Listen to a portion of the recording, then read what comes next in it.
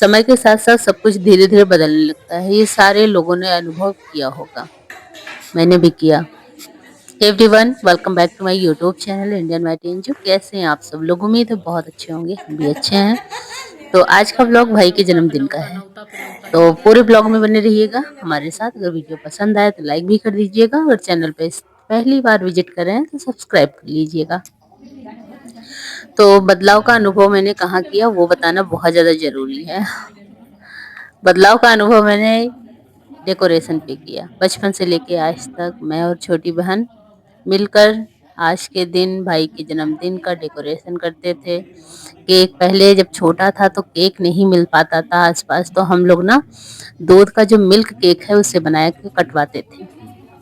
घर को पहले शुरुआत में फूलों से सजाते थे, फिर धीरे-धीरे जैसे-जैसे सारी चीज़ें जानकारी हम लोगों को मिलती गई, तो हम लोग जो पतंगी कागज़ आता है उसे लेते थे। लेने के बाद उसका जो जो झंडियाँ होती हैं वो रंग-बिरंगी उसको बनाया करते थे, उससे सजाते थे। फिर जो है वो जो चमकीला मिलता है डोरी में लगा हुआ, उसका लच्छा लिया करते थे, उससे सजाते थे। धीरे-धीरे ऐसे ही चलता रहा। फिर जैसे और हुआ और डेकोरेशन का सामान मिलता गया, फिर हम लोगों ने कील एक जगह फिक्स कर ली थी और हर वर्ष उसी में फँसा के डिज़ाइन्स कर के सजाया करते थे। लेकिन आज भाभी को इस तरीके से डेकोरेशन करते थे, भाई जैसे समय बदलता है वैसे डेकोरेशन भी बदलता है, तो बहुत ज़्यादा तो नहीं, क्योंकि भाभी की स्थिति ऐसी नहीं थी कि वो बहुत हाई-फाई डेकोरेशन करती। बच्चे भी नहीं आए थे, लेकिन उन्होंने हिम्मत नहीं हारी, जो भी उनसे बन पड़ा इस तरीके से डेकोरेट किया और डेकोरेट करने के बाद अच्छी तरीके से केक कटवाने की कोशिश की। तो ये चीज़ें देखकर बहुत ज़्यादा अच्छा लगा और अब आप सभी को दिखाते हैं केक कटिंग में कौन-कौन शामिल हुआ है, कौन-कौन आया है। तो ज़्यादा तो कोई नहीं, क्योंकि भाभी की स्थिति ऐसी नहीं थी कि हम किसी को एक्स्ट्रा बुलाएँ, और बस परिवार के लोग ही हैं और यहाँ पे बस बहन के लड़के और मौसी, यही लोग हैं और कोई नहीं आया था। भाभी जैसे ही सब कुछ सही रहेगा फिर फंक्शन ही फंक्शन हमारे घर में होगा, मतलब मायके में होगा, हमारे घर में नहीं। और अभी ना ये हैं बड़ी मम्मी की बहू, मतलब हमारी बड़ी भाभी, फिर हमारी भाभी ये हैं जेठानी, वो हैं देवरानी। तो बस यही 2 बहुएँ हैं यहाँ पे, जहाँ पे पापा लोग रहते हैं। वैसे तो एक घर हमारा और है, वहाँ भी 2 बहुएँ हैं। तो पापा के परिवार में टोटल 4 बहुएँ हैं, जिसमें से सबसे छोटी हमारी भाभी हैं। तो चलो अभी आप सभी भी शामिल हो जाओ केक कटिंग में। वैसे इस बार ना हम लोगों ने सोचा था कि एनिवर्सरी भी धूमधाम से मनाया जाएगा और फिर हमारे घर में ना कोई नन्हा-सा मेहमान आ जाएगा, फिर हम लोग ना भाई का और नन्हे मेहमान का बर्थडे एक दिन मनाएँगे। लेकिन ऐसा नहीं हुआ, क्योंकि डेट ना उसी दिन दिया गया था और इंतज़ार सभी को था बेसब्री से कि काश ये दिन ना नन्हे मेहमान का दिन हो जाए, मतलब आ जाए, तो हम जो है 2 केक इसी दिन 25 नवंबर को काटेंगे। सभी की यही तमन्ना थी, नहीं हो पाया। भगवान जी जब चाहेंगे तब आएगा। फिर हम 3 केक खाएँगे, एनिवर्सरी, फिर बर्थडे, फिर नन्हे मेहमान जिस दिन आएँगे उस दिन का। तो आप लोग भी हमारे भाई को बहुत सारा आशीर्वाद दीजिए। एनिवर्सरी के दिन बहन भी आई थी और उनको बीच में ही जाना पड़ा। बर्थडे के दिन ही जाना पड़ा, केक नहीं कट पाया था तभी वो चली गई थी, क्योंकि एनी की तबीयत जो है खराब हो गई थी। और इस बार केक कटिंग के समय मुझे थोड़ा-सा ना कमी महसूस हो रही थी अनी की। बहन की तो नहीं कह सकती, बहन की उतनी याद नहीं आ रही थी, लेकिन अनी की याद बहुत ज़्यादा आ रही थी। उसकी शरारतें याद आ रही थी, क्योंकि केक कटिंग होता, सबसे पहले वो केक खाता, फिर उसके बाद जैसे ही फंक्शन खत्म होता हम लोगों का, वह बैलून इधर से उधर करता। तो उसकी शरारतें बड़ी याद आ रही थी मुझे। और इस बार मेरे भी बच्चे बर्थडे पे नहीं थे, वो भी थोड़ा-सा अधूरा लग रहा था।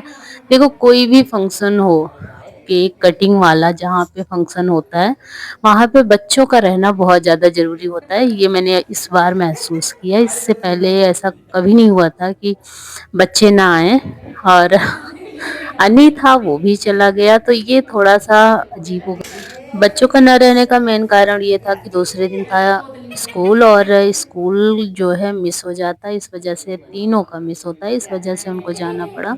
पता हो तो और आप मेरे अपना बच्चे नाम भी यही रीज़न बाद है में कि वो बताइए। अंश आया था वो भी अगर चला आप गया, बिटिया इसी वजह से नहीं आई थी। फिलहाल अभी ना हमारे यहाँ बेबी का इंतजार हो रहा है कि बेबी आए, तो बच्चे बड़ा एक्साइटेड हैं कि जल्दी से वो दिन आए तो फिर हम सब लोग इकट्ठा हों। और यही रीज़न है कि एनिवर्सरी पे सभी आए थे, फिर आलोक के बर्थडे पे कोई नहीं आया। अब जिस दिन बेबी आएगा उस दिन फिर सभी इकट्ठे होंगे और जल्दी-जल्दी सब कुछ अच्छे से बीत जाए, अच्छे से हो जाए, बस यही तमन्ना है। और अब बारी आ गई मेरी केक खाने की, तो मैं तो भैया छाले की वजह से मुंह पूरा खोल भी नहीं पा रही थी और ये बदमाश बच्चा ना पूरे नाक में लगा दिया केक। अब बच्चे होते इसी पे तो कितना मजा आता ना, किसी के नाक में लगता, किसी के मुंह में लगता, बच्चे हो हल्ला मचाते, तो देखो कितना अच्छा लगता। सच में यार मिस किया मैंने यानी। तो अब बारी आती है मौसी की, अम्मा की। नहीं, अम्मा ने तो खाया था, फिर से अम्मा खाएंगी। और यहाँ पे मौसी की बारी आ गई है। इस बार यार खाली खाली लग रहा है, मैं बार बार बोल रही हूँ, सच में खाली खाली सा लग रहा है। चलो अभी बड़ी भाभी का नंबर है केक खाने का। बहुत अच्छा लगता है ना, ऐसे छोटे मोटे फंक्शन बीच बीच में होते रहे, कितना अच्छा लगता है।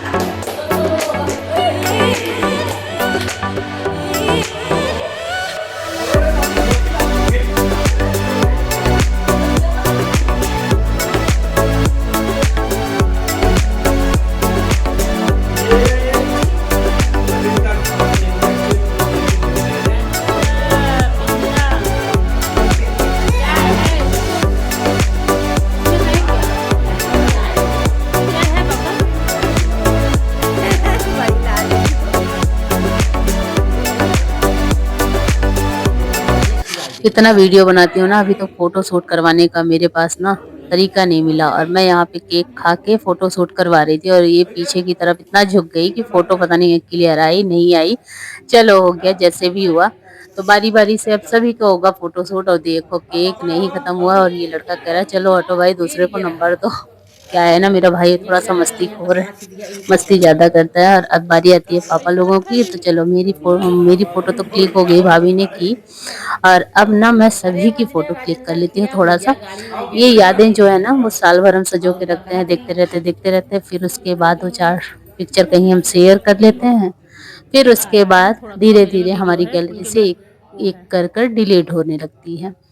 और आज की वीडियो यहीं तक, बताइए।